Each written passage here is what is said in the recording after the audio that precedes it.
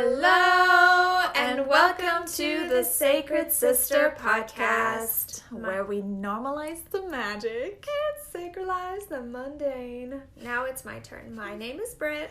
And I'm Hannah.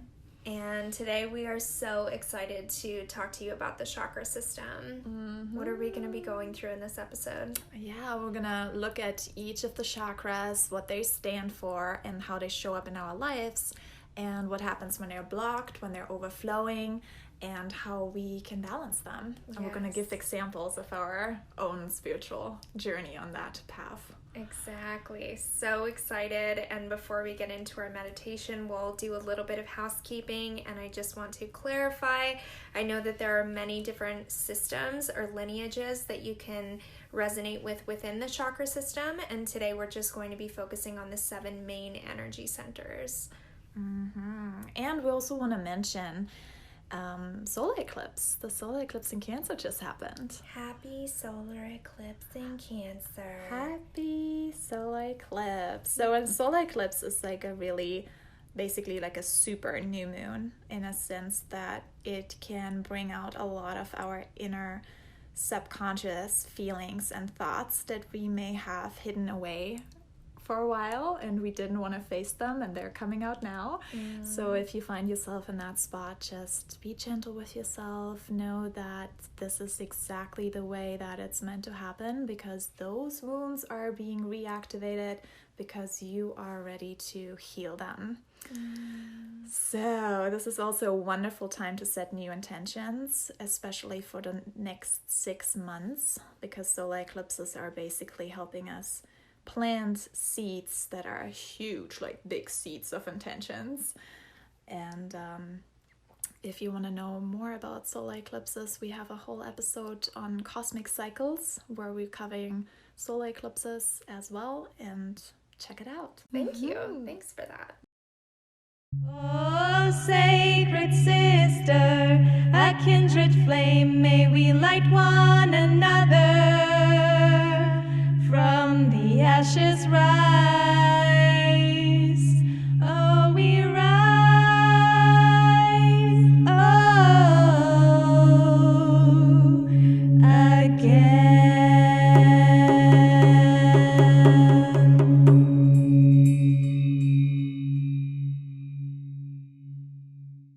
So, wherever you are listening to this from, I invite you to find a comfortable seat.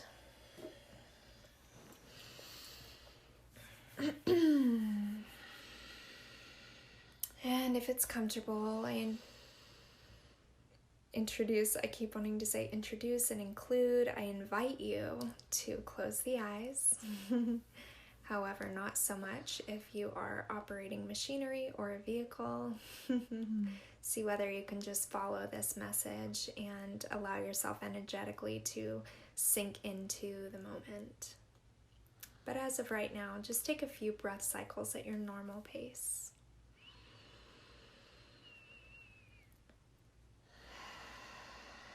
Start to just become aware of where your body is receiving the breath, the big, deep, expansive inhales, and how fully you can press the lungs closed and really let each and every exhale go. 2 more deep breaths like that, trying to make every inhale longer than the last.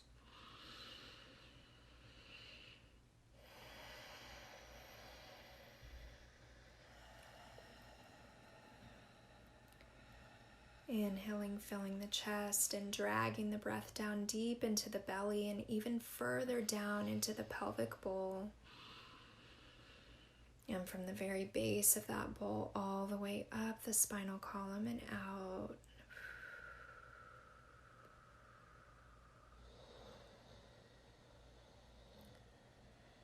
I'd love to check in with the body and energetically run through some little awakenings of the 7 major chakras. So as you've found some stillness, I invite you in your mind's eye to envision a deep, rich mahogany color. like the earthen soil of clay, deep red, mushy clay. And invite in the affirmation, I am.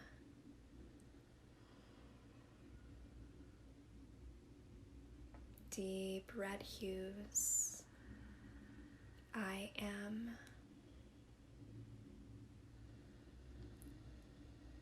Soft earth, I am. All the way down at the base of the spine, right below the tailbone, I am. And moving up ever so slightly to the sexual organs, to the womb space, a vibrant, juicy orange.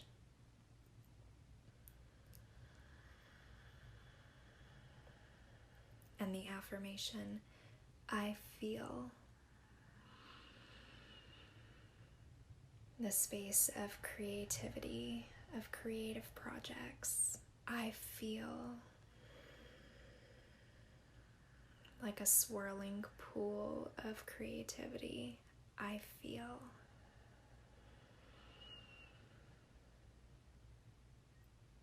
Juicy orange. I feel. And moving up from that space, traveling up the spinal column, just below the navel, we find the solar plexus and a vibrant hue of yellow. I do. Bright, shining like the sun, I do. The ultimate center for willpower and confidence, worthiness, I do.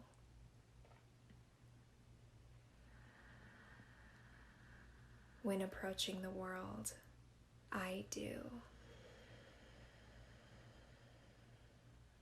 Traveling up from the navel to the heart space, the color of life, a vibrant green, I love. The color of health and plant life, I love.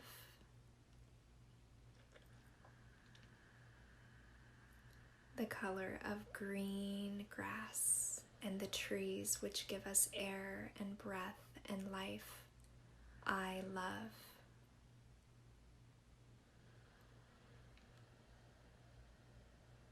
The color of life, I love. Traveling up from the heart space to the throat, I speak. Blue like the heavens and the sky, I speak.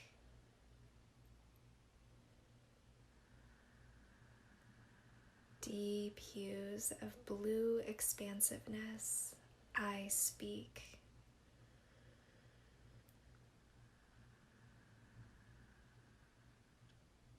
Clean and clear, I speak. Moving up from the throat center to the place just between the eyebrows at the third eye chakra. Vibrant indigo hue, I see. Knowing that just as indigo is perceived individually to each and every one of us, I see. Perspective is individual. I see. Accessing inner knowing and wisdom, I see. and moving all the way to the top, the crown of the head. The clear expansiveness and connectedness, the prism of all colors combined into one.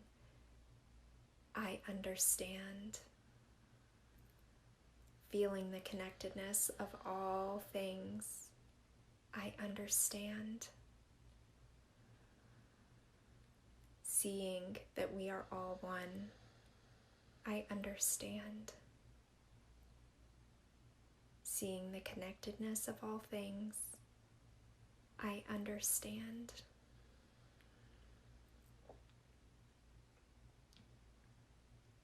Deep inhale, drinking in the colors. Gentle sigh out.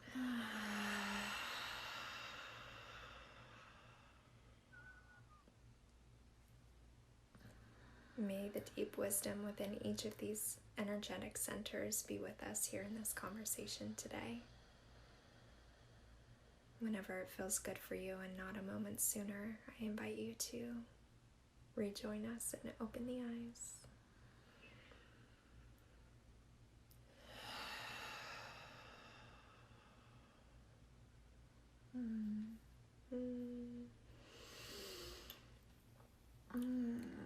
Thank you. That was amazing. That was so beautiful. I had no idea what was going to come out of my mouth at the beginning. I love it. Those are the best kind of meditations, when you just let it flow.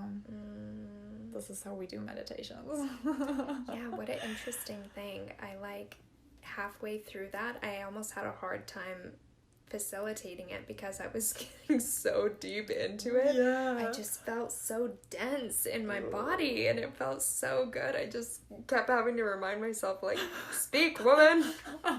You're in the middle of facilitating. I speak. Throat chakra, come to me. Yeah, I feel my hands vibrating. It's so good. Thank you. Yeah, thank you. That was probably longer than 5 minutes, but we do what we can. It had to be like that. It just had to. And I feel like it was so beautiful because you went through all the chakras, and this is basically what we're going to be talking about today. And you already gave a beautiful general overview. There we go. Over the chakras. So There here we we go. go. Knowledge brought to you in meditation. And I feel like it's a nice way to talk about the chakras in different ways, because this is such an independent and individualized practice that so many people work with in so many different ways, and we're going to be talking on that later as well. But just to give some little pieces of insight and perspective as to how you can work with them. You know, whether it's something as simple as a positive affirmation or a scent or a smell or, whatever the practice looks like, just really finding something that resonates with you ultimately is going to be your best tool. Yeah, and it will change too. Sometimes you feel more drawn to one method of working with them, and other times another one comes up and you're like, oh, I'm going to try that out. Just life goes in phases. So what would you say... why is it important to work with the chakras? The chakra system and astrology are the two biggest self-knowledge systems that I work with and that have totally radically transformed my life. Yeah. For me, it's just a way to glean deeper insight on who I am and how the circumstances in my life have totally impacted me. And then from that space, I can start asking myself self-reflective prompts like what's working for me, what's not working for me, and then finding the sources of those little wounds or excesses or blocks, and ultimately really creating a more liberated life for myself. Yeah. And that's what I want for every single person. Yes, beautiful. Yeah. Totally. What about for you? Yeah, for me it's also the same with astrology and chakra system are probably my main two self-knowledge systems as well. It has been really it's just really nice to be able to become aware of our energetic body, because we know about the physical body, and That's what we learn about. But many of us don't know about their energetic body. And I was on the same boat. I had no idea about chakras until 5 years ago, probably. Yeah. And so, yeah, it just shifted a lot to become aware of that and becoming aware of auras and like what you're feeling from another person, because I started feeling like, oh, that's a strong solar plexus, or that's a strong throat chakra, or, you know, or just feeling in yourself as well, and noticing, like you said, noticing blocks or overflows, and being able to self-reflect and ask the right questions. Because ultimately we have all the wisdom that we need inside of us. We just need to ask the right questions. Yeah. It's the same with tarot too. It's so funny because a lot of times we can do tarot spreads and be super confused at the end, and it just depends on the question that we ask. Yeah. The clearer the question, the clearer the answer. And wouldn't you say that this is such a great tool to developing your own intuition as well? Yeah. I think a lot of people are confused with everyone says it's all inside me, but it's like, where? Like, how do I do it? Where is it at? How do I wake it up? Yes. And these are some really great ways. And tarot as well. Yeah. Tarot's an amazing self-knowledge tool as well. Yeah. We'll be touching on that later in the season. So what are chakras? Let's talk about what they are. So, yeah, do you want to say that? So really these energetic centers that you wouldn't be able to find if you like look anatomically, if you were to like cut a cadaver, a dead person open, you wouldn't be able to see them and be like, oh, there's the red and there's the green. They're like these pools of energy. They're these wheels. That's what the Sanskrit word chakra, or chakra, depending on how you want to pronounce it, translates to as a wheel or a disc. This is how the energy moves. If it's open and flowing and in balance and healthy. Now, we'll talk about excesses and deficiencies later as well, but you'd be able to find them on what's called the nadi in the front of the spine. The nadi is like the channel, if you were to think of like a highway, and the energy centers are like cars on the highway. You can either have traffic jams where they're not flowing well and traffic is not running smoothly, but you're going to find them there on the frontal surface of the spinal column, the nadi. And how I see them in my meditations or visualizations, I see them as spirals, and in different colors, and then all of them, as we know, red, orange, yellow, green, blue, and then purple, all of them together are the rainbow colors, and when you put them all together, it is white light. And it's basically the prism, like the separation of the light into different colors, but all at once it is us shining our white light. And each of the 7 centers has to do with an avenue of the human experience. So basically, I think of this system as a roadmap to self-knowledge through gaining awareness over our individual relationships to each and every one of these centers. And each and every one of us as a human has these relationships. So just like I went through in the meditation, and we're going to touch on it a lot more in this episode, going through the root, the sacral, the solar plexus, the heart, the throat, the third eye, and the crown, all of these have different energetic centers. And this whole system, for me, the self-healing way that I use it is through gaining awareness on the relationships that I have with each of these centers in my own life, and then assessing them accordingly toward ultimate liberation and self-healing. So beautiful. So beautiful. And I wanted to touch on this. I know I mentioned it a little bit in the meditation. Indigo, I just learned this recently. Indigo, they actually don't have a definitive hue that indigo is. It is a variety of hues. And I just love that because it's toward the higher centers where there's no definitive answers to anything. Yeah. I love it. That was perfect. Yeah, it's perfect. I love how you said too that perspective is individual, because that reminded me again of that story with the elephant that I've talked about. I want to say in one of the first episodes about spiritual practice, how the blind men are looking at an elephant and it's on each, and they touch the elephant on like different sides of the elephant and say, oh, it's so hairy because they're on the trunk, or it's so strong because they're on the feet.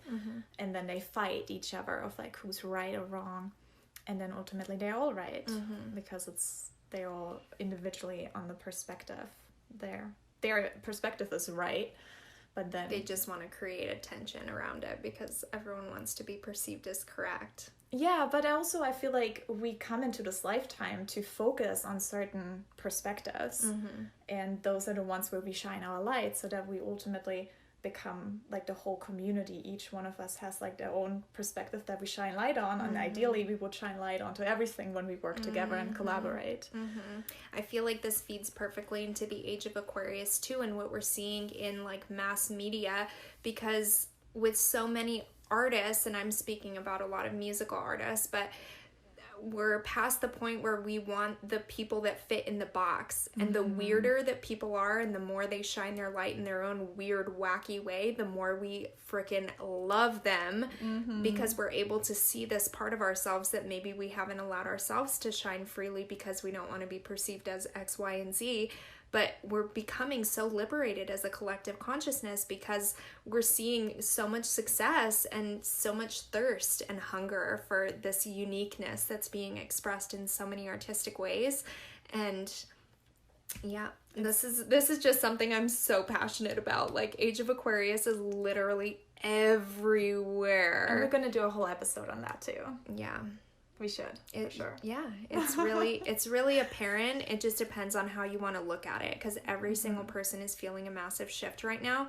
But if they don't want to refer to it as Age of Aquarius, it's whatever. It doesn't have to be referred to that way, but it is. Yeah. It's for real. It is. It's legit. It is. And it's just beautiful because that's one perspective to look at it. And again, we know that our perspectives are right as well, and we're all coming together. And the same with the chakra system. You're gonna work with chakras your unique way, in your individual way. But at first, we want to learn the rules, learn all the stuff about it, and then we can play. We can go and break the rules and bend them and have fun with them. But before, if we go in and be like, yeah, just do with your chakras whatever you want, and like, I have no idea what chakras are. How do I even connect with them in the first place? And this is why we're offering you some ideas on how you can do that. Yeah, this is something that I want to interject and say this first too. I love that you just touched on that again, that we first must learn the rules and then break them. I was riding in the car with my mother-in-law and my husband just recently, and she was like, yeah, I've listened to all of your podcast episodes, and I loved whenever Hannah said that you have to learn the rules and then break them, because I feel like that's just so me. That's like so how I approach things, and she just like loved that you said that. So I just wanted to say that, because I think sometimes we can just, say the things that are on the top of our mind and not necessarily know if they're resonating with people. So it's important for me to let you know that was resonating for her. I love that. Me too. That's another reason I love talking about the chakra system, because it can be this kind of, since it's not here in the physical realm, like we can't touch what a chakra is. For me especially, that was very, very hard for me to grasp. I was reading a ton of books on the chakra system. I was listening to a ton of people talk on the chakra system. But then when it came to applying it to my own personal life, I was just like totally clueless. It's like, how do I do that? This sounds like it's going to be important and it could be really cool for my life, but just how? So that's a really big reason that I'm so passionate about talking about these self-knowledge systems, because they are in the etheric realm. And, just finding ways to apply them is everything. And we do that by sharing perspective. And we are normalizing the magic, bringing it into sacralizing the mundane. The practical realm. Exactly. Yeah, so how did it start for you? How did you start working with crystals? With chakras. Well, through crystals. Here we go. I picked that up, I guess. Yeah, I think I mentioned it here too at the end of 2016 when I was listening to this amazing podcast by Mary Jo Pulio called Mindful Living. Oh my gosh, think.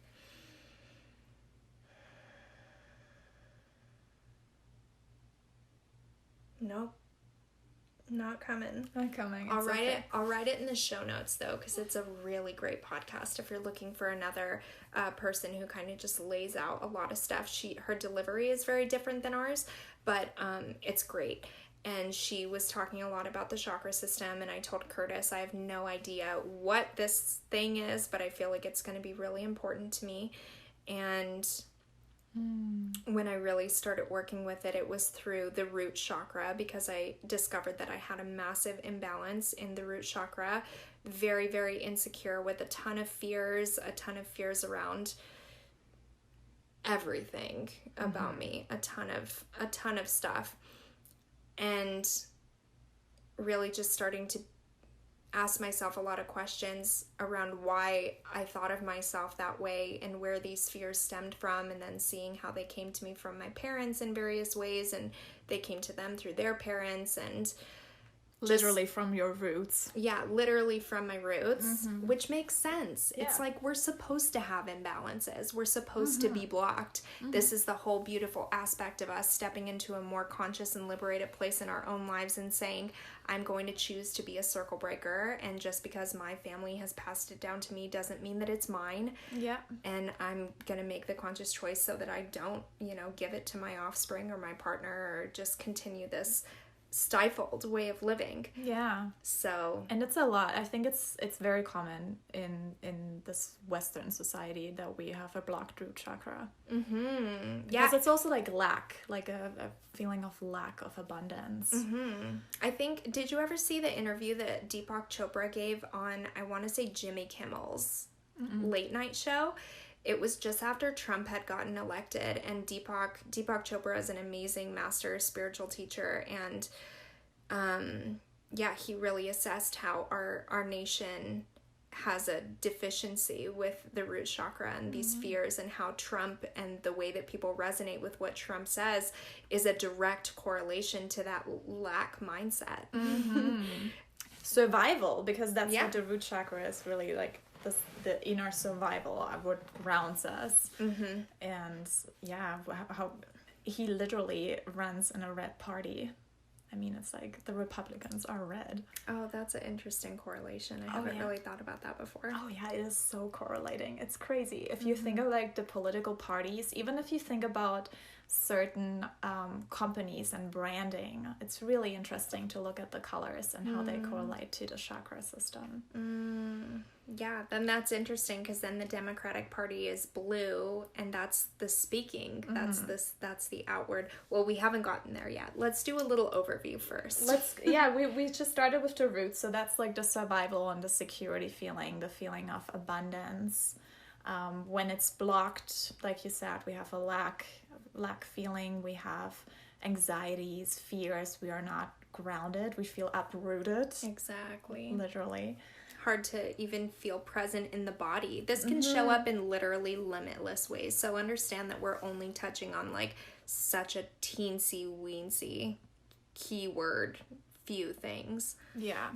And I feel like a lot of times for me it was when I noticed that I had a lot of ideas and dreams, but I wasn't able to put them into this physical realm and ground them and manifest them. And that's another thing for the root chakra, to actually allow them to be, okay, what is necessary right now? So this is there's a graph that I'm thinking of, which is in the Eastern Body, Western Minds book. It's a psychology, it's like psychological path to the chakra system. It's by Anadea Judith, and it's a graph that says, I think, like the ultimate path to liberation. And there's two two ways that the energy flows from the chakra centers, and we achieve ultimate liberation when energy is flowing from the root all the way through the crown. Like, these points are connected through us, and we're able to reach and extend ourselves outward to shine our light, but then also being able to fully manifest things with that same current of energy running down as well. So this is the as above, so below concept as well. And again, the masculine energies of going up and rising, and the feminine of going deep Within. Yes. Everything is tied together. Everything is connected. It is so beautiful. And if you're not sure what we mean by masculine and feminine energies, we have an episode on that as well. Yep. Yes. For me, it's with the chakras, I like to see it like almost like taking regular showers, because I feel like now that we start talking about what it means when a chakra is blocked, to just kind of know that you're never gonna get to this point. Well, never say never, but you're very likely not going to get to that point where you're just going to have open flowing chakras at all times in your life. And just realizing that it is common that a chakra is going to block up, or something is just not going to flow right. Just because we're living in a society where we live in, and it's just normal to suck on fears and different energies coming in, and we're in balance. Just as if we go out, we're going to get dirty, and we're going to have to take a shower at some point. Exactly. And that's the same with chakra healing. I really feel like the chakra healing is like an energetic shower that is necessary to be taken on a regular basis. And if we don't, we keep those fears and anxieties and worries with us, and it can get really heavy and burdened. Yeah, like we'll start to see our footpath because our little toes are getting dirty. Yeah, that's a good way. Yeah, we don't want to be getting like our furniture and our house and our whole reality dirty. So just by doing those little check-ins with yourself. And there are really good YouTube videos for that too, like binaural beats for each chakra. Yeah, gongs. Let's touch on that really quick. Binaural beats were massive for me with the chakra system. What I think the science is behind the binaural beats is that they work best when you're wearing headphones, so that you can really be having the auditory waves hitting your brain and communicating with your brain on a really, really deep level. But the way that these frequencies and sound waves are input into the binaural beat track is that when they're communicating with your brain, it's literally almost giving your brain like a soundtrack to be emoting certain emotions and like feelings inside of you. Whenever I am doing it and journaling, I literally feel like it's stimulating something inside me. It feels like it's giving me a soundtrack for my life. It's so powerful, yeah. And it's so subtle in the background that you can easily focus on other things. Yeah, because there's no lyrics or anything. It's not what you would consider like a typical song. And a lot of times they have 1 hour ones, they have 8 hour ones. Some people listen to binaural beats whenever they go to sleep. It helps them achieve, deeper theta, whatever, alpha brain waves. Deeper sleep. Yeah, and you can get binaural beats for any sort of wave, for any sort of frequency you want to be on, for any chakra that you want to work with. Yeah. So check it out on YouTube. There's stuff for focus and creativity, meditation, forgiveness, all kinds of stuff. Yeah. Thank you for bringing that up. Yeah, that one is a really good one to start with connecting with each one of the chakras. Yeah. So let's move on to the sacral chakra. So we got the root chakra, the survival, security, color red. Located at the base of the spine, right where the sit bones meet the earth. Yes, and now let's move into the sacral chakra. That's the color orange. And that one stands for sexuality. This is where our creative juices are flowing. And also the belonging, the feeling of belonging and the feeling of having a tribe. In and around the sex organs as well. That's where they're located in the body. Yeah. How do you work with the sacral chakra? Yeah, it's funny. I never knew that I had such sexuality deficiencies in terms of like sexual expression. And I only started doing this work when I started, when did it first start? I was at a retreat, and we were doing a lot of exercises, and I started having these sexual trauma memories surface. And these are literally things that were suppressed in my memory so that I wasn't so traumatized by them, but sexual experiences that I was not consenting to, and just never knew what to do with those experiences or how to start healing them. And once they started resurfacing, I started working with them and started doing forgiveness work, and just seeing the ways that those traumatic experiences had been affecting my sexual expression and sexuality in general. And honestly, it's huge, the way that you function sexually, especially if you're in a marriage or have a partner.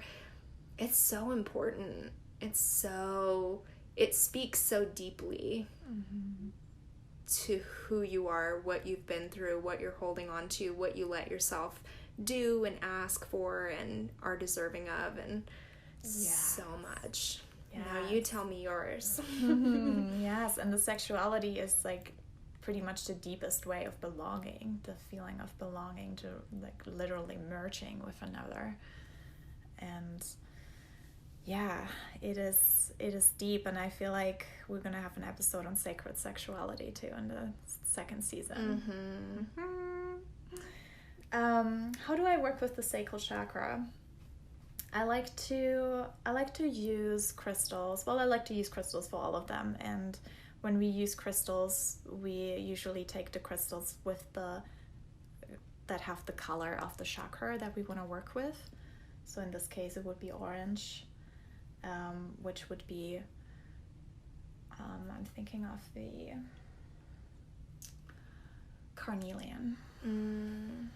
I want to say citrine, but citrine might be solar plexus. Yeah, citrine. Ooh, tiger's eye. Tiger's eye, I see a solar plexus too, but I can see that in some ways as a sacral if you wanted to be more confident in your sexuality. Can definitely take that. Yeah, I think, I mean, for me, I definitely went through a transformation in my sexuality, for sure. And I think that's something that a lot of us women are going through as well, because just from what we learn about how we are supposed to act sexually and what is considered right and wrong and how we show our sexual energies, it's a lot of blocks already just in our Western society.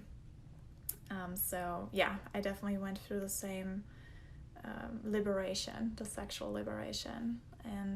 But also what I feel with the sacral chakra is when I don't feel worthy, when I don't feel like I am supported,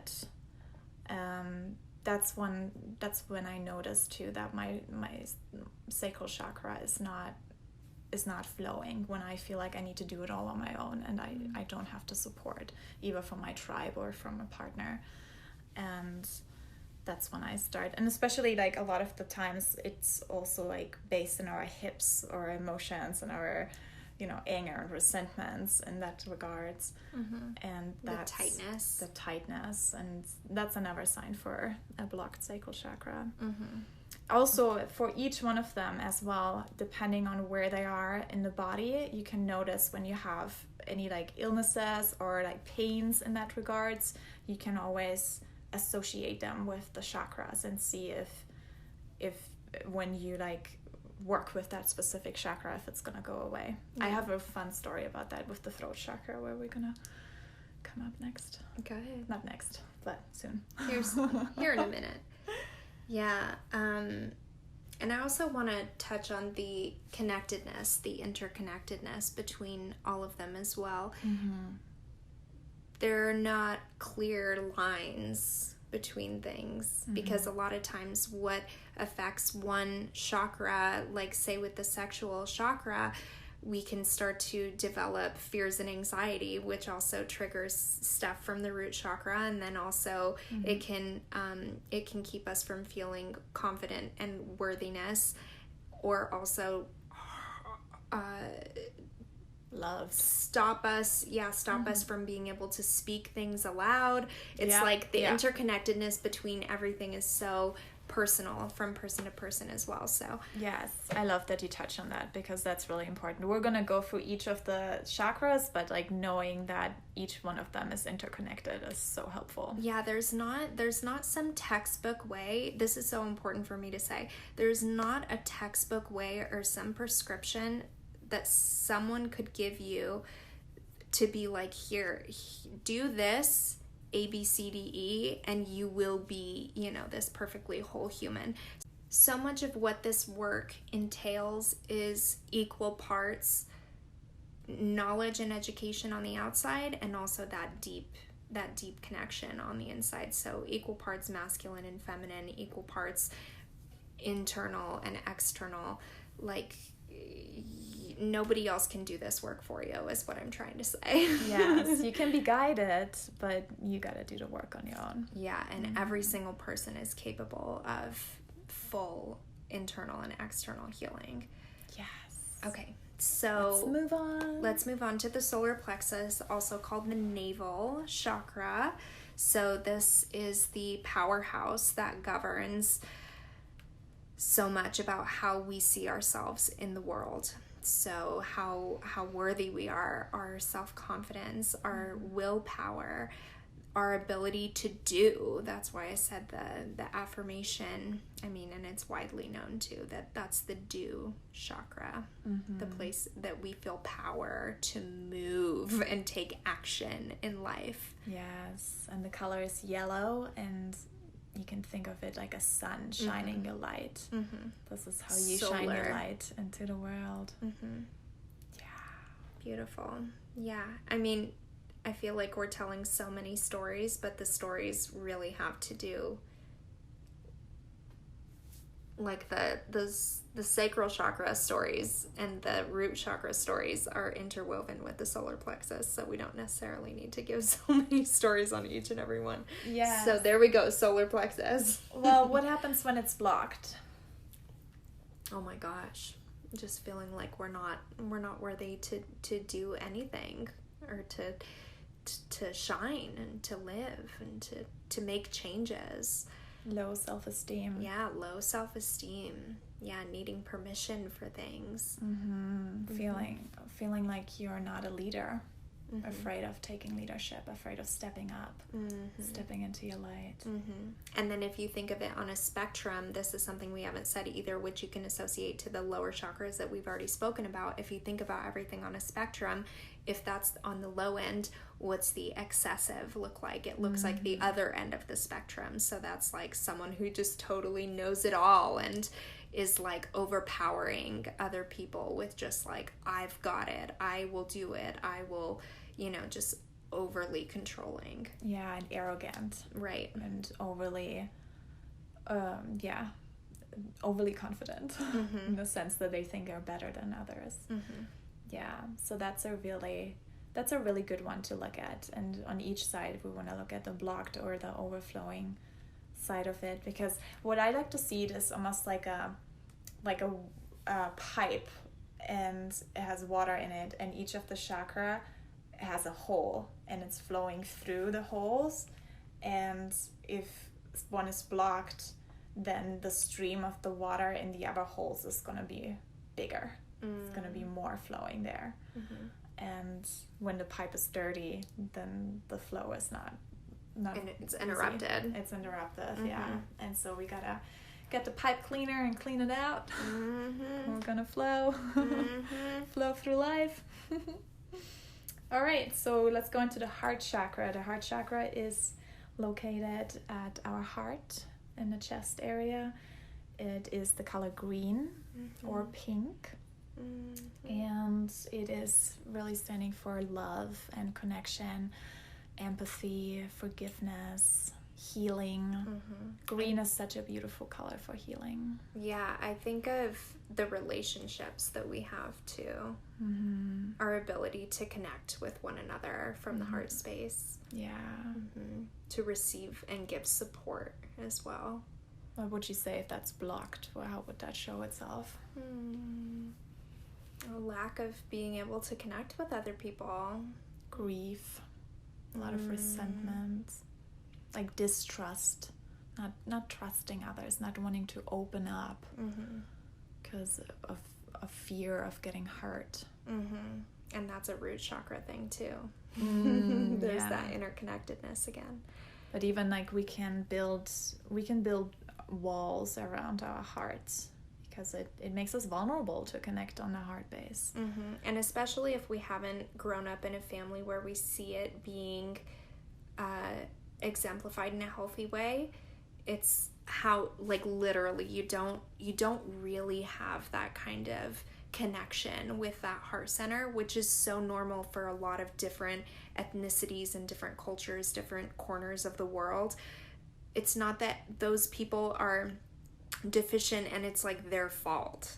These are just the things that we're born into, and if somebody wants to, they can change that reality. And that's another thing, by healing these ancestral wounds, these family dynamic wounds, we're not only healing ourselves, we're healing our ancestry. We're healing our family as well. And the future too, because we're not going to be passing it on. It's been, even just speaking from personal experience, I'm doing this self-work because it betters my life and because it makes me feel like a lighter, brighter, happier human. And I never would have anticipated the massive impact that it would have on my immediate family dynamic, but also going home to both sides of my family in New Mexico. And I know that they witness this change in me and they speak on it all the time. And it's just something that you don't do the self-healing to get that. It's just a byproduct. It's a beautiful byproduct because love is one of those things that just grows and grows, and you benefit everyone that you touch love with. Yes. And it's like when you drop something in the water and you get the spirals out. Exactly. It just goes bigger and bigger and that bigger. Ripple effect. Whereas it's funny because moving from a different area where my sole focus is to impact my family or is to have people perceive me a different way, that just creates chaos and destruction and suffering, and no one wants to be around me because I'm being pushy about my beliefs. And that's another beautiful thing about the inner work, is that when you're just doing it for yourself, everybody sees it. Yeah. But it's not that you're doing it so that other people can see it. Totally. Beautiful. All right, we're going into the throat chakra with the color blue. Your ability to speak. So this is the first point. This is the first chakra that we take our innards, our internal being and our internal self, everything that comprises us as a human, and brings it outward. This is our true magic, is our voice. Especially for you as a Gemini. Dun, dun, dun. I am the communicator. I have a little story about my throat chakra. Before I even had any idea about throat chakras, I had such a blocked throat chakra, and it was at a time where I was in a really emotionally abusive relationship. I was not happy. I was doing a job that I didn't like. I had no purpose in my life. I had no idea where I was going. I didn't really have deep family connections. I felt very lonely, and I didn't feel worthy of changing my life either. Like, I didn't really know how to change my life or how to get out. I knew that I wanted to get out, but I didn't really know how, and I felt like I was walking on eggshells to not cause more waves, and I just wanted to live in peace, but it was just so hard. And that time I had a sore throat, and I got an extreme sore throat to the point where I had it almost for like 3 months, and I went for 3 antibiotics back in the day when I still took pills and antibiotics and had no idea about natural healing or medicine. And 3 rounds of antibiotics and nothing worked, and it didn't go away. And the doctors were like, we have no idea what this is. And it was so, like, my whole throat was like literally blocked, and I could only have fluids and soup, and it was crazy. And through the 3 rounds of antibiotics, my body got so weak. I was at a point where I was like, couldn't even walk to the toilet by myself. It was insane. But it was basically like screaming. My body was screaming at me and saying, speak up, speak your truth, change your life, live your truth, and just talk about your feelings and say what's bothering you and say what you want to change. And yeah, shortly after that, my solar return came by, and I broke up, moved out, changed my life completely, and then moved from hell into paradise. Yeah, and for all the listeners out there that might be like, wow, I'm so resonant with that story, would you ever have changed anything? Would you ever have wished that your life looked different or something like that? Like that, like regret, like from the point of now, regretting what I've done back then? No, just like, if you could rewrite your story, would you ever make it look different, or do you think that you were placed in that exact story for a reason? Oh yeah, I'm so grateful that I was there. So grateful. Now that I look back, I've learned so much on that path that I was on, in that darkness. It was literally the dark night of the soul, and we all have to go through there. It's really, we all have to get to this like really deep dark place in order to see the brightest light. That's just part of the journey. Yeah, I think that sometimes when we move on from a wretched place in our lives, we can look back at it with that exact type of energy. Like, that was a wretched time in my life. I wish I hadn't have had to go through that or fall into a victim mode or whatever. But just having that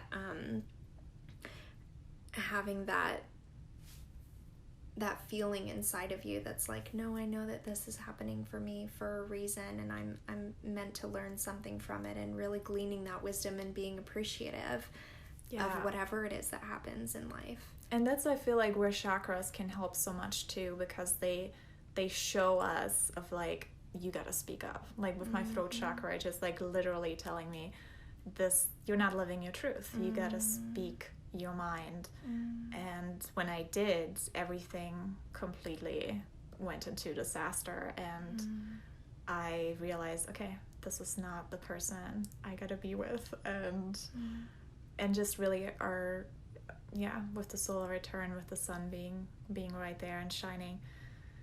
We talked about solar return in the cosmic cycle episode, but that was really a time for me where I took on the strength to make those changes, and probably also like the time where I really deeply connected with my solar plexus and knowing I can change, and we can all change. It's never too late. That's really what it is. It's never too late. No matter how old you are, no matter what has happened, you can always change. Yeah, and I feel like even through the things that I've been through with my mama this year, that my mama passed away on January 3rd of this year, and I feel like she was, for me, the greatest beacon of light, that a part of her path was to show me the ways that our lives can be impacted whenever we don't seek healing in the ways that our body and our spirit needs.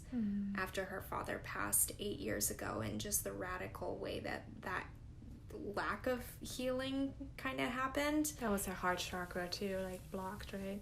A lot of grief. I mean, yeah, tons and tons of ways that affected her. Didn't go through counseling or healing or just dealing with a lot of the trauma, because he died in such a traumatic way. And then just seeing the diagnoses compile starting 8 months after my grandfather passed, and her health just started totally declining so rapidly. And, you know, inside I kept feeling this thing that was like, you've got to help her. This is not going well. And, you know, she was like 50 at the time, 51 maybe. No, like 49 or 50. So young. But yeah, I mean, I feel like she really was a divine example for me of just the ways that our body responds to trauma. Oh yeah. And how our health is so affected by what's going on within us. Yeah. And I feel like she also helped you to open up your third eye. Yeah, 100%. Big time. Sure did. So now we're going into the third eye chakra. Color is indigo. It's located at the third eye, which is like basically inside our brain. Is it called the pituitary gland? Pituitary or the pineal gland? Pineal. Yeah. Pineal gland.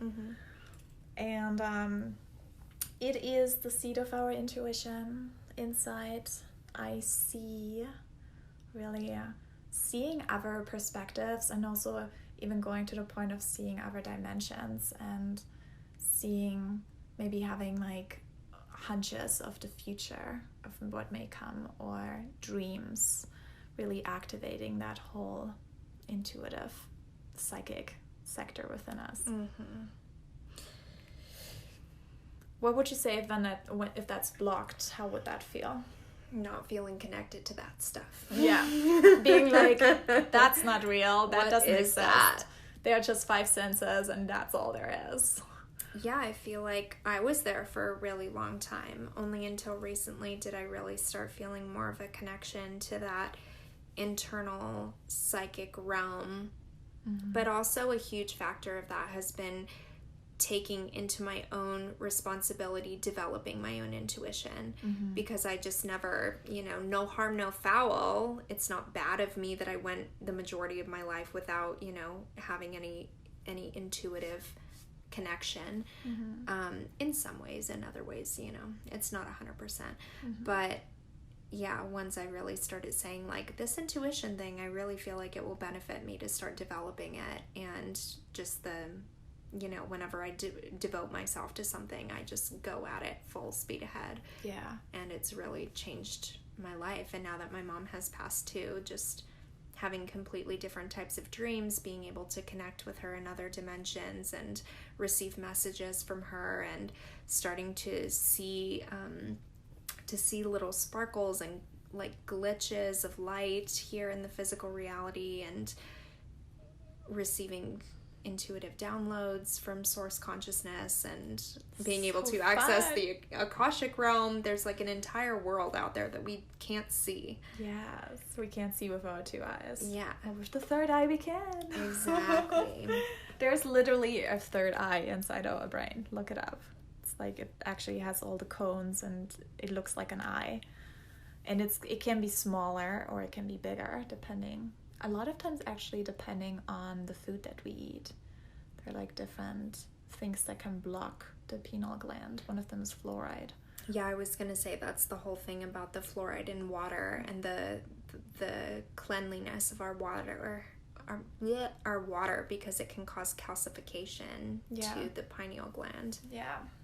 And I feel like that's so important right now in these times where we have so much access to information, and you can literally see any perspective you want on the internet. And if you want to learn about something, there are so many different schools of thoughts and so many different ways, and it can be so overwhelming and confusing. And this is for me where my intuition is so helpful as a guide of allowing me to know which one is the one that resonates with me, because otherwise you just get so much.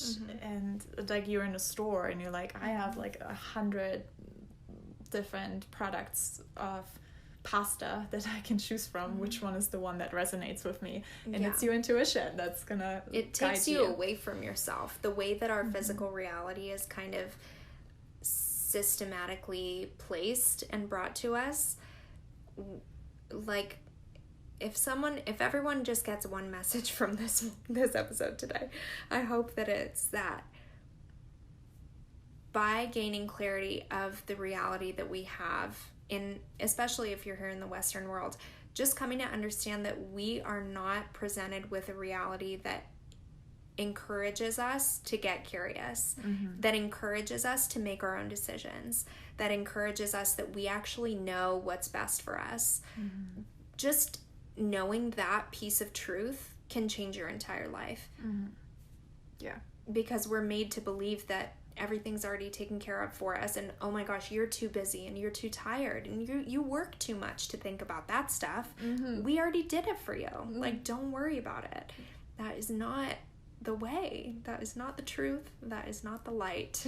Yeah, it doesn't help you connect with your own inner guidance. And be wary of companies that have that as a part of their marketing scheme.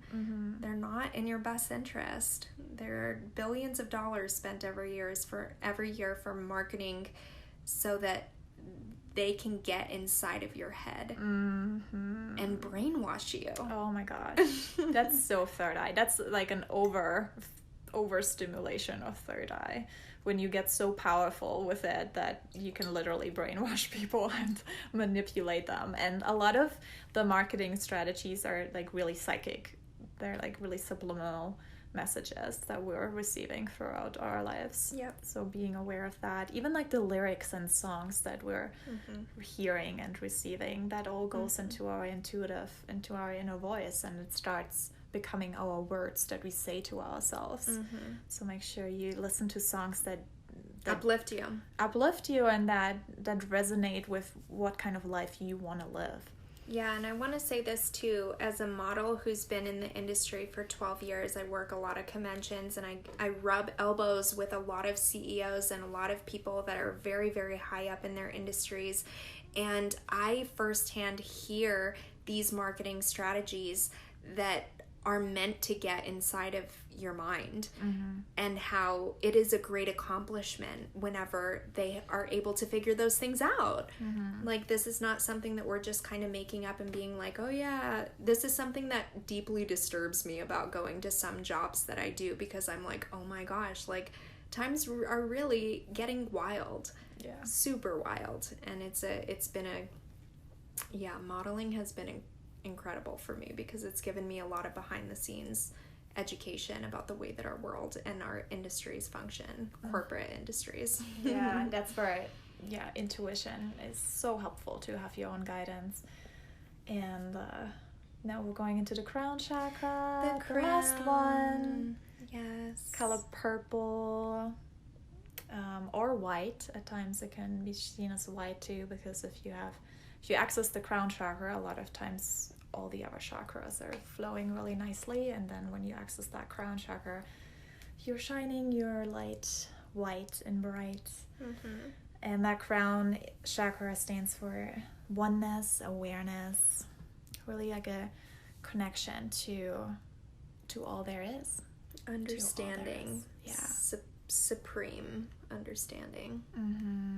For me, it's like a culmination of all the predecessors, all the previous chakras, and their balance and wisdom. It's like a culmination of all of that, because think about it. If you can have within your realm of knowledge both ends of the spectrum for all of the previous 6 chakras, and you have a real understanding and feeling of what they are, you have a very grand perspective over life and our human experience and what it is that we're here to do. And, and we're literally wearing a crown energetically.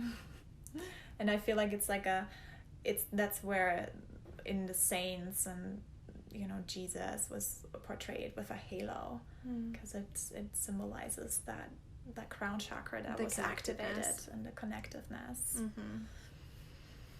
Yeah. So when it's blocked, what is it? I would say for most of us, it is blocked at this point, especially in the Western realm, because it is like we touched on. It's just not being educated. We're not being educated on the system, and most of us are not experts in like taking care of our chakra system and knowing even about it. So it's really hard to open up that chakra if we're imbalanced on any of the lower chakras. Yeah, I feel like most people don't have a ton of internal space too. So there's not a ton of room to accept other people's perspective and ways of living. And without that energetic space inside of us, it's really hard to understand why people are so different from us. I have conversations with my dad all the time still about this argument around alternate realities, because he just can't conceptualize how we're not all living in the same reality. And that's how it makes it really easy to see things as good and bad and right and wrong, because if we're all living in the one reality, there's got to be definitive answers to everything. But that's the thing, like, some people just can't conceptualize, and some people are not here to live a life where they attain that kind of understanding either. No, it's not necessary for their life's purpose, and that's totally okay. Yeah, it's perfect. Yeah. This is another really good thing to touch on, I feel like, because sometimes in the spiritual community you can have such a almost this subconscious hierarchical elitist kind of perspective that's like, oh, I'm so in the know about energy. Yeah, just like, oh, I'm so I'm so educated about all these different systems, and we can look down on other people who aren't. And that's just not what it's about either. Yeah. And I feel like with the crown chakra, that also helps us to see the oneness and notice that every single person that we're in contact with is a part of us. It's either a part of our past or our present or of our future, but it just shows different parts of our own self. And not just people, but also animals, and it just goes into everything that there is, so you can expand it infinitely. The microcosm to the macrocosm. Ta-da! Ta-da! This was it. Is that the chakra? That's the chakra episode. This is it. So let's do a little call to action. Yeah. Ooh! I wanted to say this too. I'm so proud of myself for remembering. Think about the colors that you're drawn to of the rainbow, and also, more interestingly, the ones that you are averted to. Yes. This can be a really, really intuitive guidance system as to which chakras may be functioning healthfully for you, and also which are really imbalanced for you.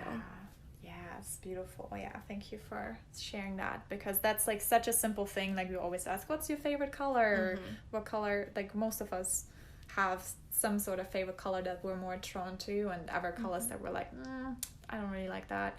And some that we're like, I don't like that. Yeah. So yeah, let's do that. That's a great action guide. And then go into see that color that you really love, noticing this is the chakra that you feel really comfortable with, and the color that you don't like is the chakra that is blocked and that you're meant to work with. Exactly. Yes, and having love and compassion for yourself the entire time too. Yes. Yeah. Thank you. Thank you so much. What a beautiful episode. We're so excited to get this out into the world, and do we know what our next episode is going to be on yet? Do we know?